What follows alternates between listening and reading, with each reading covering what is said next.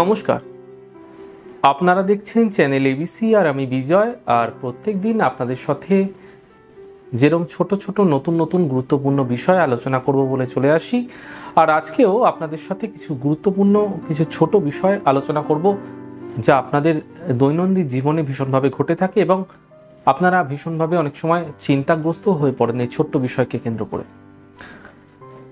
যা নিয়ে আজকে আমি আলোচনা করব সেটি হচ্ছে আপনাদের গৃহে রাখা কাচের জিনিসপত্র, অর্থাৎ কাঁচ। হতে পারে আয়নার কাঁচ, হতে পারে ঘড়ির কাঁচ, হতে পারে বাসন কোসন, যে কোনো জিনিস যদি আপনার কাচের থেকে থাকে তাহলে সেই জিনিসগুলি আপনাদের ক্ষেত্রে যদি ভেঙে যায় সেগুলি আপনাদের ক্ষেত্রে কি প্রভাব দিতে পারে এবং কাচের বাসন রাখা আপনাদের গৃহে কতটা শুভ এবং অশুভ, কোন ব্যক্তিদের জ্যোতিষশাস্ত্র মতে কাচের বাসন রাখা গৃহে খুব একটা শুভ নয় এবং কোন ব্যক্তিদের ক্ষেত্রে কাচের বাসন ব্যবহার শুভ এবং লাক ফেভার করতে পারে শকুন শাস্ত্র মতে, এবং তার সাথে সাথে আলোচনা করব জ্যোতিষশাস্ত্র মতে আপনাদের ক্ষেত্রে সমস্ত প্রভাবগুলি কি কি পড়তে চলেছে। প্রথমেই বলি আপনাদের ক্ষেত্রে যে কাঁচ এই জিনিসটি আমরা সাধারণত দেখে থাকি শুক্র গ্রহের প্রভাবযুক্তভাবে, অর্থাৎ শুক্র গ্রহের সমন্বয়ে আমরা কিন্তু কাঁচকে পেয়ে থাকি। যে কোনো কাঁচের মধ্যেই শুক্র গ্রহের প্রভাব থাকে, কিন্তু আমরা যখন দেখি বিভিন্ন রঙিন কাঁচ হতে পারে, বিভিন্ন ধরনের কাঁচের ভ্যারাইটি দেখতে পাই, তো সেখানে কিছু কাঁচের তারতম্য হওয়ার জন্য অন্য গ্রহের যুক্তিও কিন্তু এখানে পাওয়া যায়। ধরে নেওয়া যাক একটি একদম চকচকে ট্রান্সপারেন্ট কাঁচ, অর্থাৎ এপার ওপার ঝকমক করছে, দেখা যাচ্ছে ক্রিস্টাল ক্লিয়ার কাঁচ, তাহলে সেই কাঁচটির মধ্যে শুধুমাত্র প্রভাব থাকবে শুক্র গ্রহের। কিন্তু সেই কাঁচটি যদি হলুদ রঙের আভাযুক্ত হয়ে যায় বা হলুদ রঙের কম্বিনেশনে হয়ে যায় তাহলে বৃহস্পতি কম্বিনেশন হতে পারে, অর্থাৎ বৃহস্পতি এবং শুক্রের সমন্বয় তৈরি হতে পারে। যদি নীলাভ আভাযুক্ত বা নীল কাঁচ যদি হয় সেক্ষেত্রে শনি এবং শুক্রের কম্বিনেশনে তৈরি। যদি সবুজ কাঁচ হয় তাহলে বুধ এবং শুক্রের কম্বিনেশনে তৈরি। ঠিক এভাবে লাল কাঁচ হলে আপনাদের ক্ষেত্রে মঙ্গলের কম্বিনেশনে তৈরি, অর্থাৎ মঙ্গল শুক্রের কম্বিনেশনে তৈরি। যদি কারো বাড়িতে বা কারো গৃহে দেখা যাচ্ছে কাঁচ রয়েছে, কাঁচের দরজা রয়েছে বা কাঁচের কোনো জিনিস রয়েছে কিন্তু জিনিসটা এপার ওপার দেখা যাচ্ছে না, অর্থাৎ খসা বা ঝাপসা মাপের কাজ আপনারা অনেক সময় দেখে থাকেন যে বিভিন্ন জানালাতে কিন্তু এগুলো লাগানো থাকে।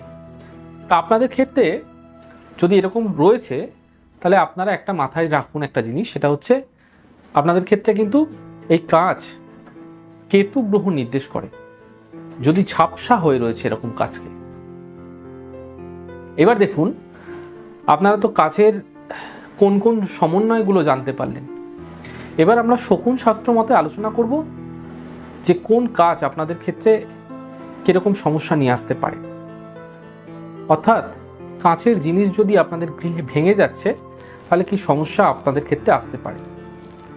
প্রথমত বলে রাখি আপনাদের যে আপনারা যারা অতিরিক্ত পরিমাণে কাঁচের ব্যবহার করে থাকেন গৃহে তাদের রিলেশনশিপ প্রবলেম আসতে পারে এবং মানুষের সাথে ভুল বোঝাবুঝি, আন্ডারস্ট্যান্ডিং প্রবলেম এবং আপনাদের মধ্যে কিন্তু দূরত্ব তৈরি হওয়া। যে কোনো মানুষের সাথে একটা ব্যবহারিক জীবনে চলতে গেলে মানুষের সাথে যে বন্ডিং থাকে সেখানে কিন্তু একটা ভাঙন বা ফাটল ধরতে থাকে। যদি কাঁচের ব্যবহার অতিরিক্ত হচ্ছে, কাঁচের জিনিস আপনাদের গৃহে অতিরিক্ত পরিমাণে রয়েছে যেগুলো আপনি ব্যবহার করেন না, প্রচুর জিনিস আপনি রেখে দিয়েছেন বাড়িতে, তাহলে এগুলি আপনারা কিন্তু মিলিয়ে নেবেন। কাঁচের বাসন যদি আপনারা বেশি পরিমাণ ব্যবহার করছেন, অতিরিক্ত পরিমাণে ব্যবহার করছেন, তাহলে দেখবেন আনন্দের মাত্রা কোথাও যেন একটা হানি হচ্ছে। কাঁচের জিনিস ভালো, খারাপ কিছুই নয়, কিন্তু আপনারা যদি অতিরিক্ত ব্যবহার করেন, যে কোনো জিনিস আমরা বলেই থাকি যে কোনো জিনিস কিন্তু অতিরিক্ত কোনো কিছুই ভালো নয়। আপনারা অতিরিক্ত পরিমাণে কাঁচের জিনিস ব্যবহার করছেন, অনেকের শখ থেকে থাকে, তো সেক্ষেত্রে আনন্দের মাত্রা কিন্তু কমতে থাকে, মন বিষাদগ্রস্ত লাগে সর্বদা। এবার আসি একটুখানি আয়নার কাচের দিকে। দেখুন আয়নাও একটি কাঁচ, আর আমি কাঁচের যে ইয়েগুলো বলছিলাম অর্থাৎ সমন্বয়গুলো বলছিলাম গ্রহদের নিয়ে, তার পাশাপাশি এই যে আয়নার যে কাঁচ হয়ে থাকে, আয়নার কাচের মধ্যে আমরা কি দেখতে পাই, যে কোনো জিনিসকে দ্বিগুণ বানিয়ে দেওয়ার ক্ষমতা আয়নার থাকে। অর্থাৎ রিফ্লেক্ট করানোর ক্ষমতা থাকে।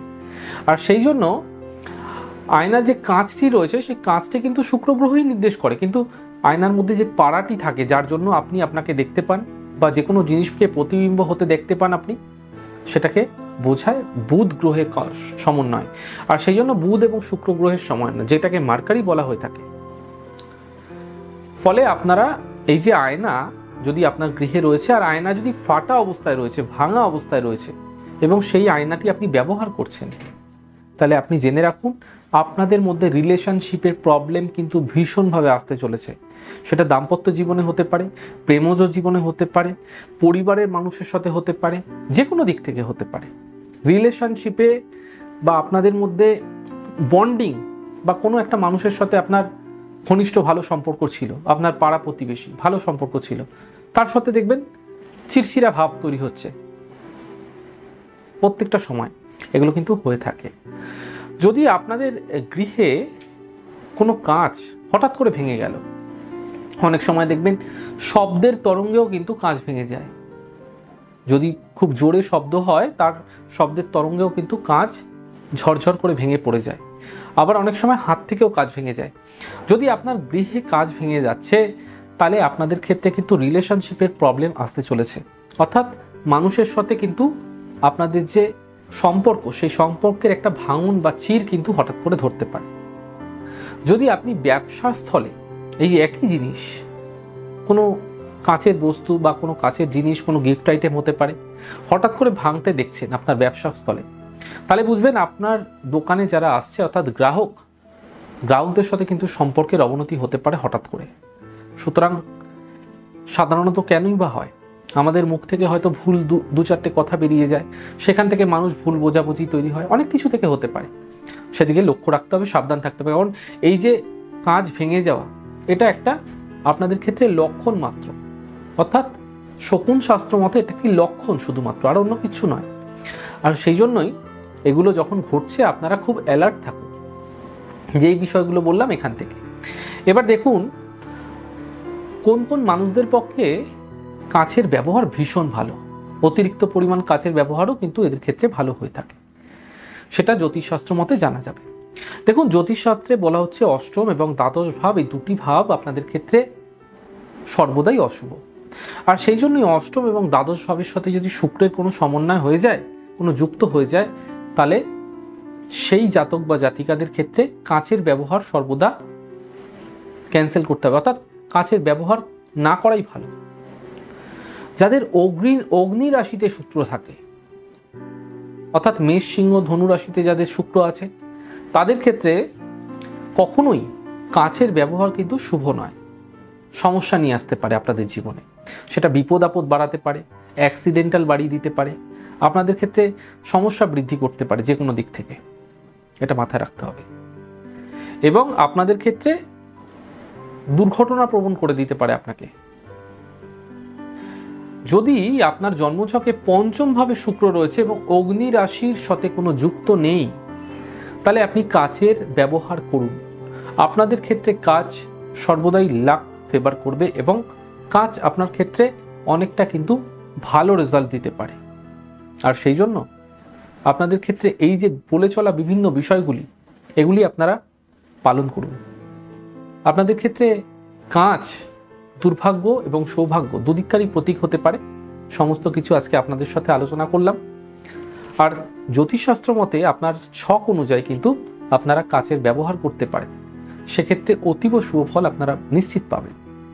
যাই হোক দর্শক বন্ধু, আমাদের এই ছোট ছোট উপস্থাপনাগুলি আপনাদের কীরকম লাগছে, যদি ভালো লেগে থাকে তাহলে কিন্তু লাইক করতে, কমেন্ট করতে, বন্ধুদের সাথে অনেক অনেক শেয়ার করতে এবং বেল আইকনটিকে প্রেস করতে একদমই ভুলবেন না। আপনারা অনেক ভালো থাকুন, সুন্দর থাকুন, সুস্থ থাকুন। আগামী পর্বে দেখা হবে। আজকের মতো এই পর্যন্তই। নমস্কার।